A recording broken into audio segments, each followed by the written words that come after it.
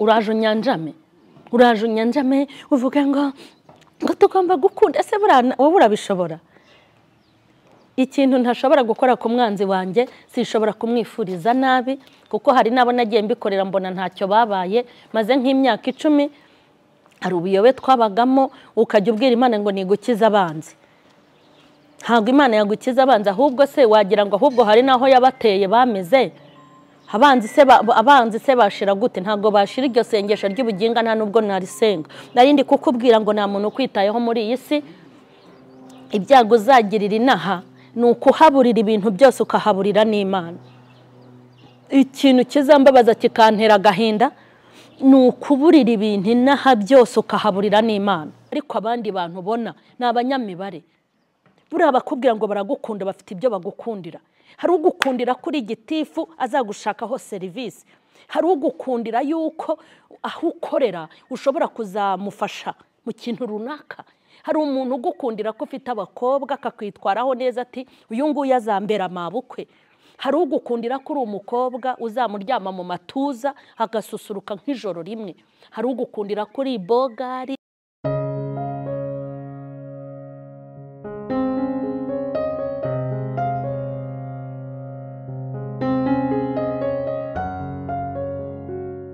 Urifuza kwambara neza, urifuza guha impano ihebuje umukunzi wawe, inshuti yawe cyangwa umubyeyi wawe, nta handi muri Kigali yose wasanga ibikunyuze uretse muri Alpha Boutique. Muri Alpha Boutique tugufitiye imyenda myiza n'inkweto cyane cyane iby'abakobwa ndetse n'abadamu, hakiyongeraho amasakoshi meza ya original, imikenyero ndetse n'amabiju. Ibyo byose bituruka mu bihugu bitandukanye by'Uburayi, Turikiya ndetse n'ahandi. Tugane mu nyubako ya KABC Kimihurura muri etaje ya mbere neza iruhande rwa Equity Bank aharebana na Kigali Heights ndetse na Convention Center. Alpha Boutique ni igisobanuro cy'ubusirimu.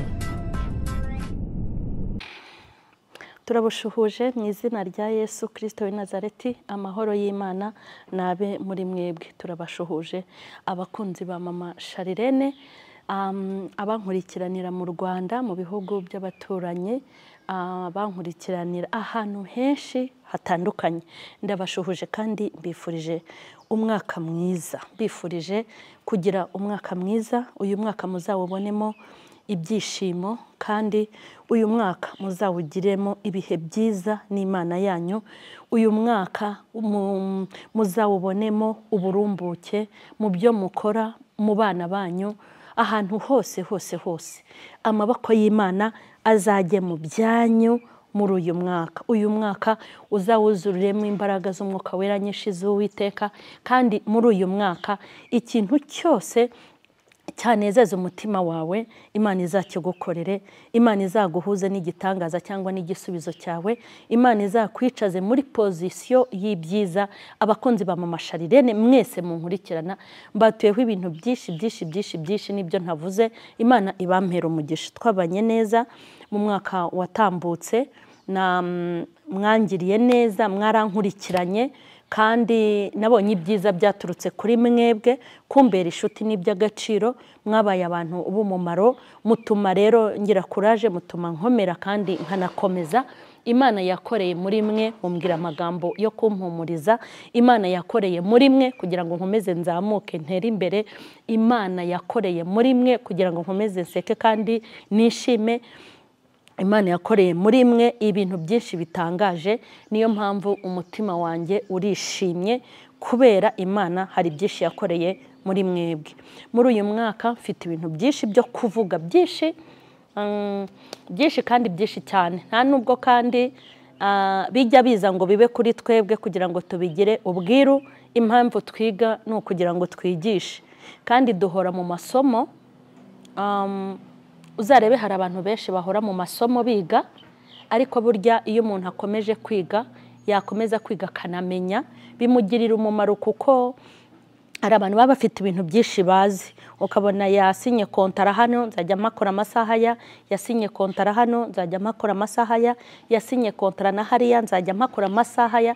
Iyo agiye guhembesha rero ni wa muntu utera imbere vuba, ukabona ibyiza byose bikomeje kumubaho kubera ko yagize umwanya wo kwiga. Kandi nta muntu ushobora kwiga ibintu bishobora gupfa ubusa, umuntu wese wiga ibintu bimugirira umumaro. Nanjye ibintu ngenda nigishwa n'isi, ibintu ngenda nigishwa n'abisi, ibintu ngenda niga nigiraho mwabonye naho mutabonye, mbikuramwo amasomo kugira ngo nze nyabwire abana b'Imana.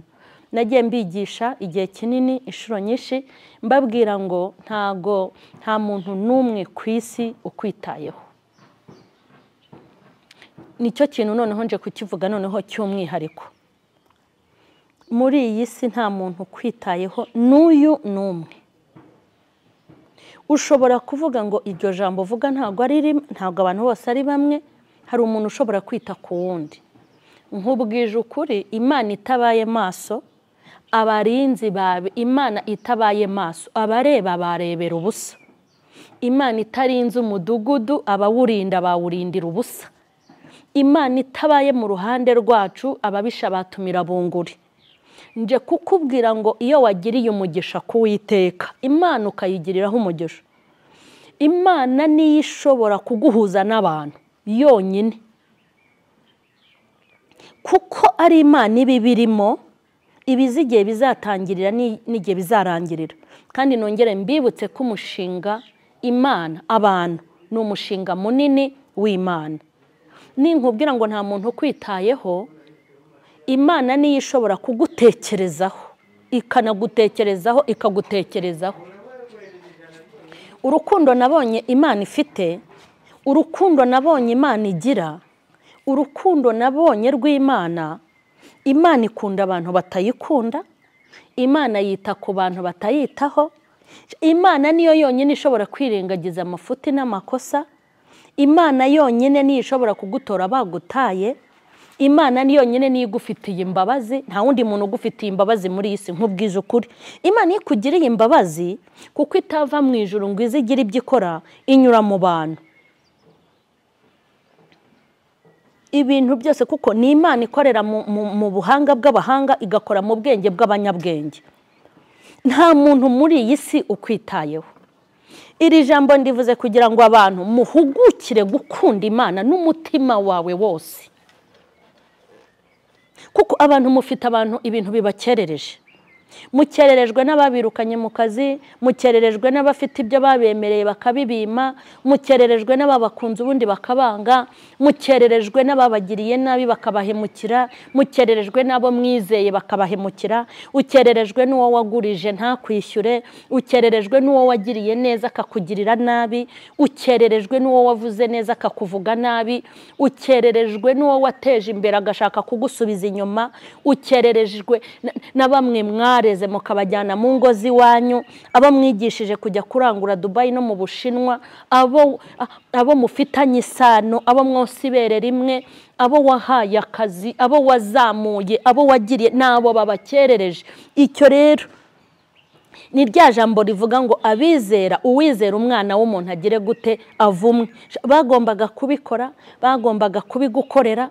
Ahubwo ikintu kimbabaza nuko amaso yacu n'umutima wacu dukunda kubishyira mu bantu cyane. Imana ntituyishakire umwanya, Imana ntituyishakire igihe ngo tuyitekereze, ngo tuyikorere, ngo tuyisenge, ngo tuyihe agaciro, tunayishimire. Imana igahora ku ruhande, ugakora imbaraga zawe zose ukazita ku bantu, urukundo rwawe rwose ukarukunda abantu, icyizere cyose ukagishyira mu bantu. Rero niho cya gihe bazaguhemukira ukarwara za ndwara zimwe zidakira zo mu mutwe ziturutse ku bitekerezo. Dore ni babandi bajya kwirimba ry'abagabo, abandi mukajya kwa makuza, abandi mukajya muri Nyabarongo ugasanga amaguru ariko nta kindi kibibatera. Mwafashe icyizere cyanyu cyose mugishyira ku bantu. Imana ntimwayigirira icyizere. Nta muntu n'umwe ukwitayeho. abantu bafite ibintu byinshi bitayeho. Reka nkubwire abantu turikunda, nanjye nihereyeho. Reka nkubwire, reka mbari nge witangaho urugero. Nimubona ko turi mu bihe byo gutangira kw'amashuri kw'abana. Ubu tuvugana, sindi gutekereza abana ba murumunange ngo baziga gute, sindi gutekereza ngo abana b'umuturanyi wanjye baziga gute, sindi gutekereza ngo abana ba yashuti zanjye barajya kwiga gute. Ndimo gutekereza Ivan wanjye, ndi gutekereza Sharirene wanjye, ndi gutekereza Fifi na Fisi, ndi gutekereza Joseph, nabo ndi gutekereza. Ubwo se hari aho ngukinze? Nimba si igihe cyo gutangira kw'amashuri nta muntu ugutekerereza, ari wowe ukaranga ubwonko aho uri bukure. Buri wese aba ari gukaraga ubwe, n'undi ari gukaraga ubwe, n'undi ari gukaraga ubwe. Umva ikindi, iyo ngiye nk'ubu maze gukora utubuto twa masedwane, ubu nifitiye n'amazi mu karahuri. Wowe nimba wanayabonye ntago mbizi, kandi ikindi waba wayanyweye waba utayanyweye ntago bindeba. Urumva, yewe mureke mbabwira abantu.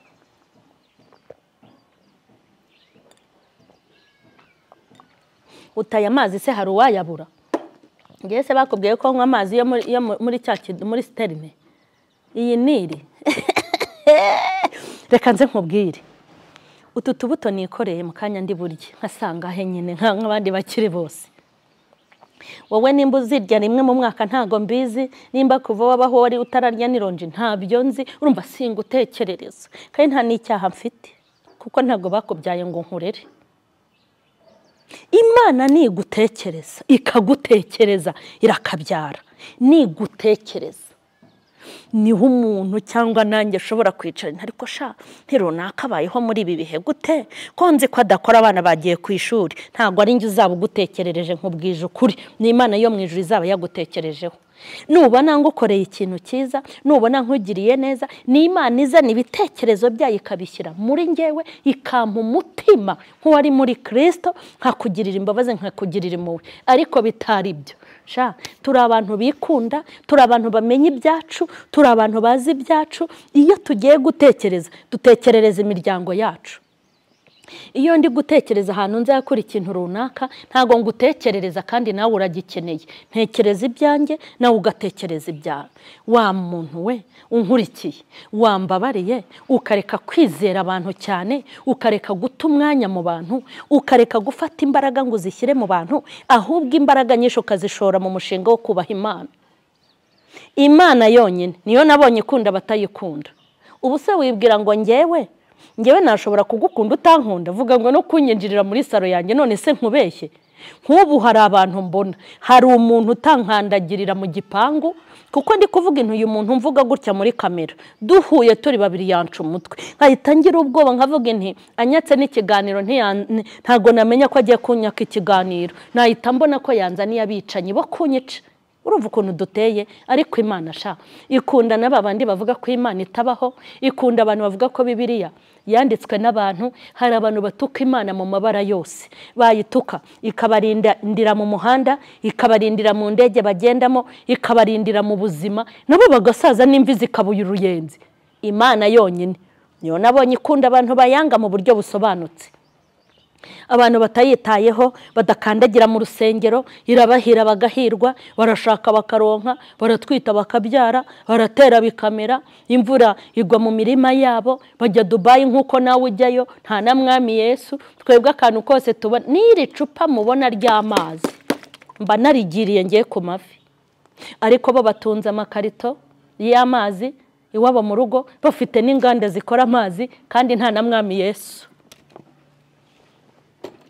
Ninkubwira se ngo mba nasenze, hanyuma se amafaranga agura aya mazi simba nayasenga, ndasenga.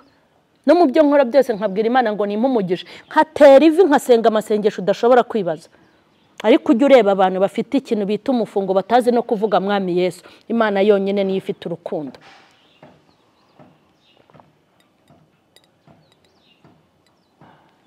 Uraje unyanjame uvuga ngo tugomba gukunda. Ese wowe urabishobora?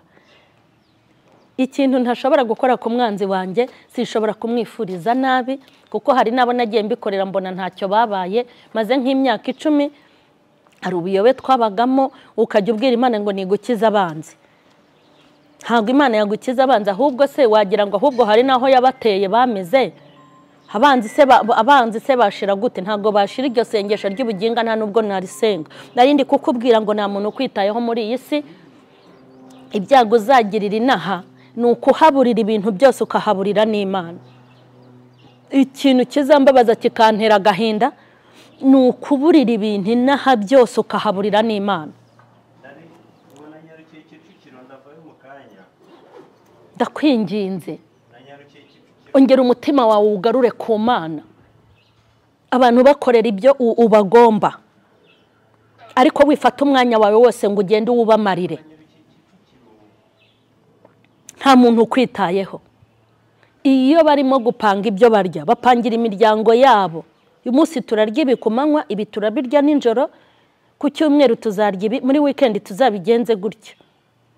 Ndashaka ifi itogosheje, uyu munsi ndayotsa, uyu munsi nyiteke mu mavuta nk'ifiriti. Nta muntu ibyo bintu ujye ubitekerereza umuryango wawe. Nawe utekereza ibyawe n'undi agatekereza ibye. Nta muntu ujye ugutekerereza. Nta n'umuntu ujye ukuzigamira. Nta muntu ushobora guhangayika ngo kuko wagiye muri gereza, hahangayika famiye yawe. Kandi nayo burya ntago ariko mbyemera, nawe ubwawe niwe wihangayikira. Uko uzabigenza wagiye mu bitaro ni wowe ububizi, nta wundi muntu ubikubikiye. Uko bizagenda uri muri gereza ni wowe ububizi. Uko bizagenda bakwirukanye ku kazi, uko bizagenda abana bavuye mu ishuri, uko bizagenda bacikije amashuri, uko bizagenda bagusanzemo indwara zidakira, uko bizagenda wahuye n'intambara zigutunguye, uko bizagenda mu bukumi bwawe, uko bizagenda mu buzima bwawe.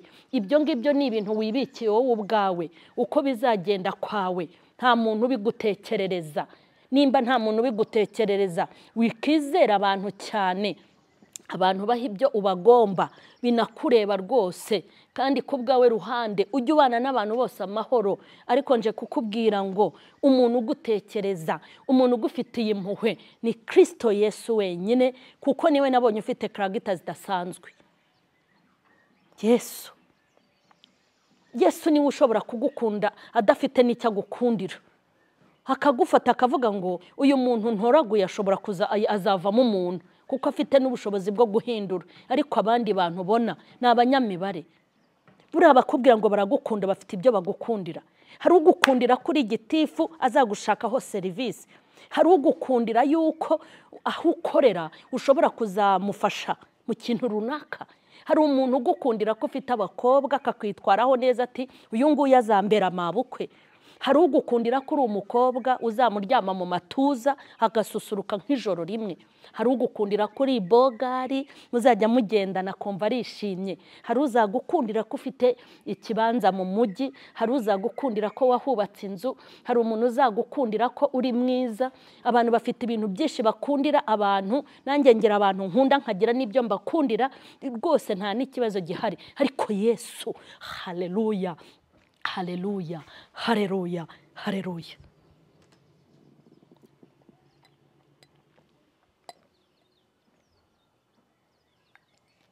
Ubu se nkawe tuvugishije ukuri, Yesu agukundira iki?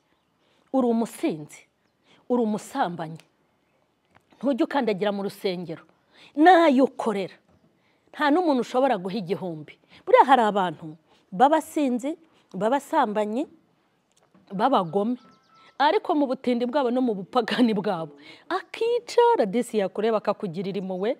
Agusanze nko ku muhanda uri umukarani akavuga ati ngwino sha, akaguha 5. Buriya nako kantu Yesu yakagukundira, ako kantu. Noneho rero wowe nta na kamwe ugira muri byo. Uri umunyeshyari, ugira umutima mubi, wirukanisha abantu mu kazi, wirirwa uhanganisha abantu, ntushaka ko batera imbere, uri gusubiza abantu hasi, nta cyiza ugira, haba mu mudugudu, haba mu kagari, haba hehe. Umva, uri umuntu wibereye aho, nawe ubwawe nta nyungu ikurimo, nta niyo utanga. Ariko Yesu aragukunda, arakabyara, arakurinda, araguhezagira. Iyo ndugaburira wenyine imeze nk'umwobo wirirwa usukamo wenyine, ibyo ukora byose usukamo, usukamo, nta cyacu mutanga, n'imisoro uyitanga uri kuvuza induru ngo iyi leta iratuzengereje. uri kumva mbese nta kintu cyiza ukora ariko Imana iragukunda. Uyu mwaka ndi gushishikariza abantu gukunda Imana.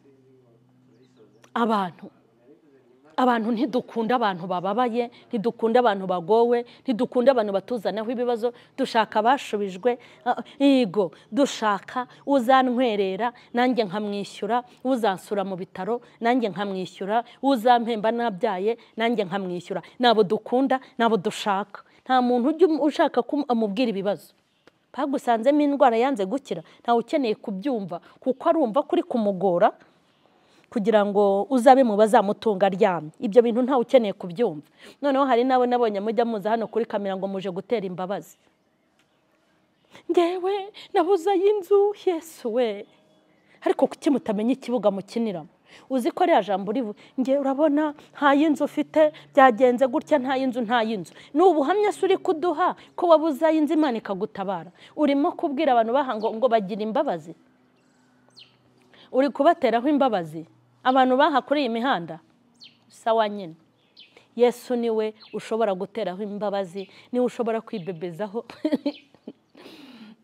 Ndeba ibintu naka Yesu n'ibintu mbwira Yesu n'ukuntu nigira turi kumwe, cyangwa ndi kumubwira ndavuga nti cyo gukora. Uri umugabo, nta mugabo wo muri iyi viziyo ushobora kwibebezaho gutya, n'ugwita gutera utwatsi. Wamubwira uti nkorera iki, akakubwira ati nawe ufite abiri. Yakubwira ngo wamubwira ngo ndashaka iki, akakubwira ngo winjiza ngahe. Wamubwira uti ndashaka gutura hano, akakubwira ngo wakubatse. Ntugira amaboko. Ariko Yesu, haleluya, haleluya. Kera nkiri umukene najyaga mbwira Yesu ngo ndashaka amagi, hajya kuvuga ngo ndashaka amagi, kandi si nta n'atanu nifitiye. Ndumva nkumbuye nido. Ibyo bintu wabibwira umugabo w'umurakare wasiritse. Bahora ku mibare kuko nayo guhonga indaya ubu basigaye bayakura ku mushahara we. Yabona se yo guhonga indaya, akabona yo gutungira abana hanze yabyaye utazi, akabona ayo kwishyura hehe na hehe ajya gusambanira, akabona ibiki n'ibiki, akakubonera n'utwo tuntu twose. Ariko Yesu, haleluya, Yesu yabikubonera. Yewe ndi gushishikariza abantu gukunda Yesu. Ubu nubwo mubona afite imyaka itari myinshi cyane ariko nameze imvi mu bwonko. Nize amashuri ariko ayo nize muri uyu mwaka ararenze. Nzajya mbagira inama kandi kugira rwose ujye uyumva, nutanayumva birakureba kuko wanze kumva ntago yanze no kubona. Ngewe isi aho igeze nta bantu bakigira impuhwe, nta bantu bakigira imbabazi. Naho bari n'Imana ibanyuramo, n'Imana ibakoreramo. Ntago navuga ko bashize burundu nanjye nagenderamo kandi ngenzi ko nzigira. Yesu niwe uzaguhuza n'ibyiza, niwe uzaguhuza n'abeza kuko niwe uza aho baba. Abantu bubu nutugegera, abantu benshi bafite ubuntu bw'ubugegera. Yesu we, abantu benshi bamaze iminsi bambwira ibintu nkumva kubyakira birimo birananira. Niyo mpamvu mubona ngewe nta kibazo nsigaranye, byose byarakemutse kuko nasanze abantu bo muri iyi si barababaye kandi barababaje. Hari umuntu uherutse kumbwira ijambo riteye ubwoba, ndavuga inti ibi bintu ntago bibaho. Naramubwiye inti ibi bintu ntago bibaho, ahita anyumvisha rekodi y'ukuntu bibaho. Uwo muntu yarambwiye ngo mama we yaramubwiye ngo uzaze ukure uyu mwana wawe hano cyangwa nzamuca umutwe nkurye. Yesu we, ibaza umuntu w'umubyeyi wabyaye abwiye umwana yibyariye ati uyu mwuzukuru wanjye nutaza ngo umukure muri uru rugo nzamuca umutwe maze nkurye. Iryo jambo rirakaza, uribwiwe na mama wawe wakubyaye avuga umwuzukuru, kandi reka mbabwira aho isi igeze yawuca akawurya.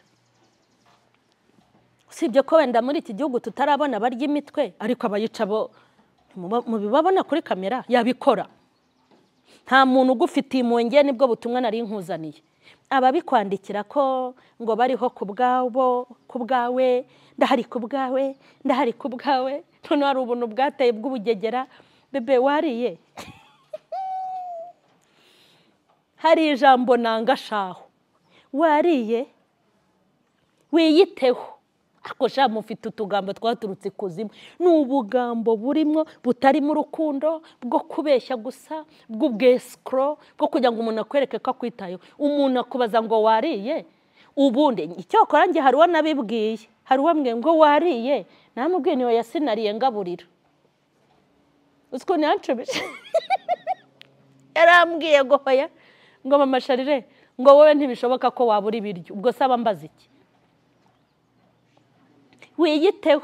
Urarwaye, uri mu bitaro cyangwa uri ku binini, umuntu arakwandikiye ngo wiyiteho. Ese niyitaho gute nimba koko nkeneye kwitabwa? Wanyitayeho. Wiyiteho, wiyiteho. Sinzi ahantu twe tugambo baba baraturaruje. Nutumwirwa mubeshya abagore n'abakobwa kugira ngo mubatware ubwonko. Yiyiteho gute se? Wamwitayeho. Wariye, umaze guhirika ibiryo wujuje inda yawe, undi uramubaza ngo wariye. Iyo wariye ujye uyiherekesha amafaranga, nibwo izaba yuzuye. Iyo wiyiteho rero nayo ujye uyoherezanya n'amafaranga. Naho ubundi utuntu. Hanyuma ndashoje, nababwiraga ko nta muntu kwitayeho muri iyi si. Nutiyitaho ngo ugire Imana niburi kwiteho, nta muntu kwitayeho pe. No guhera kuri nge barakubyaye se ngo bakorere? Erega nuko baterura ngo babikubwire, dutunzwe n'uburyarya. Ariko aho isi igeze nuko ukeneye Imana, kuko abantu twese tubana ku mibare.